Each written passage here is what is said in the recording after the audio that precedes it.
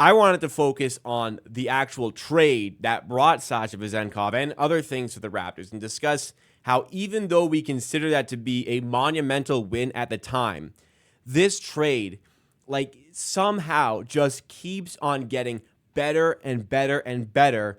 And buying out Sasha Vezenkov is the latest thing that turns this, like, grand slam into, I don't even know what's even better than that, but that's where we're at.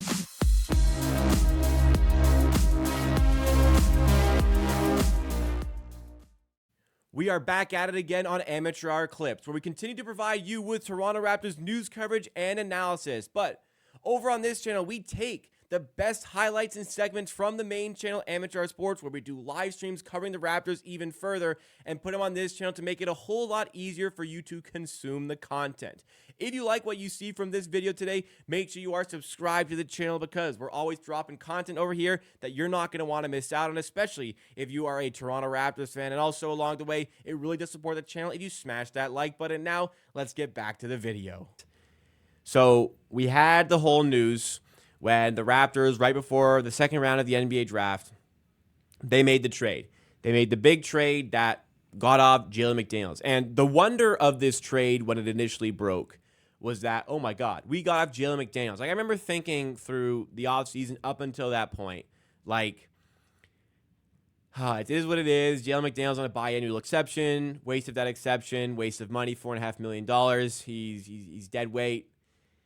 But you just got to eat that. You just got to pay that. It is what it is. You know, maybe you can consider buying him out, but the team's not really good enough to justify paying him $4.5 million to not play here. So the unfortunate reality is that Jalen McDaniels will probably be here for another season. And I say this, like, how unfortunate it would have been it's because you look at the last season for the Raptors, they were tanking. They won 25 games. And even amidst, like, the worst period for this team, where they were tanking, losing, 16 games in a row, decimated by injuries. Even in those stages, Jalen McDaniels could not lock down a regular rotation spot.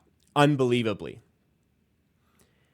The fact that the Raptors got anything of value out of that contract is astonishing. But beyond that, to get what they got from the Sacramento Kings, if you need a reminder, the Raptors got Davion Mitchell, who is a good defensive point guard, who started to show flashes of the three-point shooting that made him a lottery pick a few years ago. Now, obviously, it's in the last year of his rookie contract. The Raptors have to pay him at the end of the season, but still, the Raptors needed a backup point guard. They needed defense, especially point of attack defense.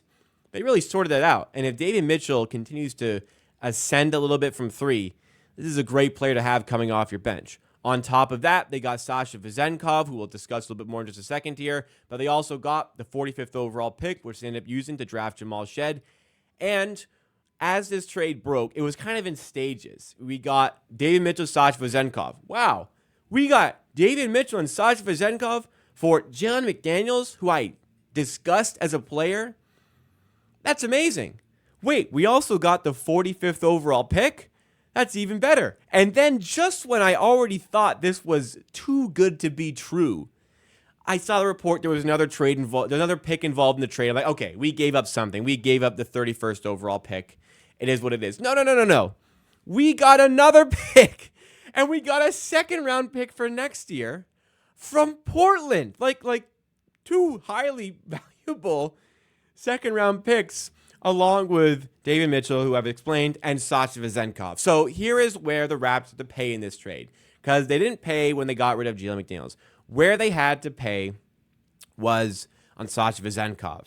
He was about to make $6.6 million for the upcoming season guaranteed. That was what the Raptors had to eat in order to get Davion Mitchell and to get these picks. Now, even with that in mind, like just a full year of paying an extra $2 million for Sasha Vezenkov, even if he wasn't going to play with the team, whatever the situation was going to be, that was still a home run sort of trade that the Raptors have made. Like, that is one of the best trades, maybe the best trade, honestly. Like, when you consider what we gave up versus what we got, the value added on that trade, the wins added from that trade, that might be the best trade Masai Ujiri's ever made. Now, the best trade probably, we talk about the Kawhi Leonard one, the Marcus Gasol, all that. But in the post-Kawhi era, this is the best trade the Toronto Raptors have made, and I don't think there's any sort of discussion involving that. But the situation started brewing with Sasha Vezenkov on the team because he came to the team. There were question marks about if he wanted to be with the Kings, if he wanted to go back to Europe. And the Kings wanted to get off that contract.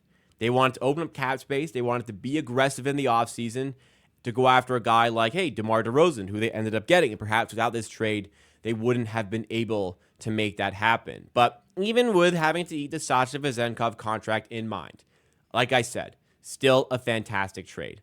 But shortly after he arrived, I was talking about, with a little bit of excitement, honestly, the possibility of the Raptors using Vezenkov because it didn't really work out with the Kings. But I'm thinking, okay, I hate to use the simple European connection, but Darko Rajakovic has experience coaching in Europe.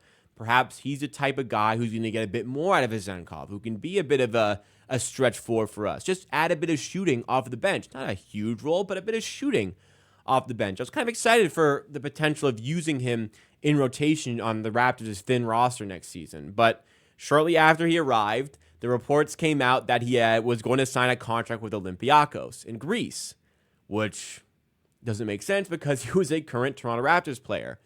So how the situation started to brew, Vezenkov wanted to go to Greece.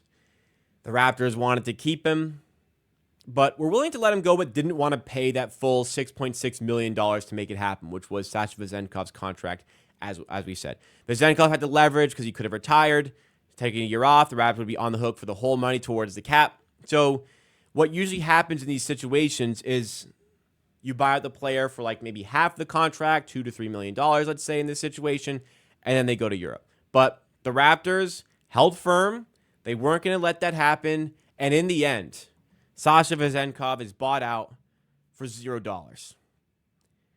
He forfeited the entire $6.6 million to go back to Europe to play with Olympiacos, go back to play with the team that was part of his success over in the EuroLeague, over in those FIBA competitions.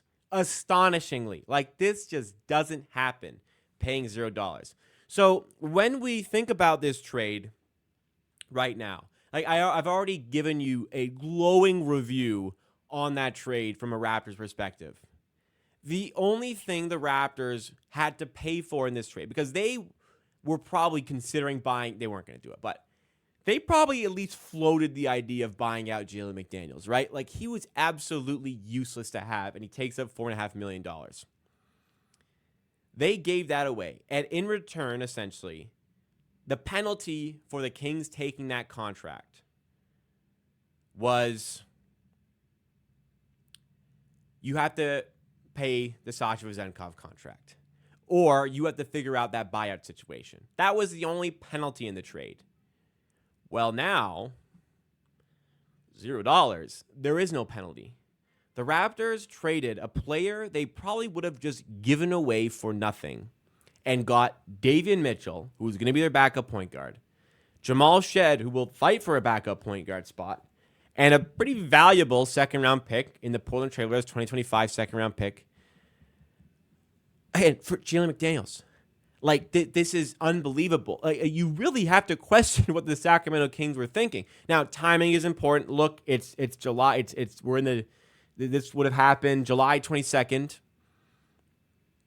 The Kings have already sorted out getting DeMar DeRozan. Perhaps they needed to make this trade in order to facilitate that happening and acquiring DeMar DeRozan. But even still, you really have to wonder. Like when the trade broke, it was just like I couldn't react to it. It was one of those too good to be true moments. When so they say when it's too good to be true, when you think it's too good to be true, it probably is. That's what I was thinking. What else did we give up to get this to happen? Because to this day, it still doesn't make any sense. Because that trade was so good in the moment. And we look at it today, after the Vezenkov buyout. The saga is over. And it's just even better. It was already so good. It was already like an 14 out of 10 trade. And now it's even better. It truly is astonishing. The Raptors definitely have dug themselves a bit of a hole in the last few years. But yeah, decisions like this, situations like this are really starting to dig ourselves out of it. What an amazing piece of business by the Raptors to make this trade and insane work by Masai's front office.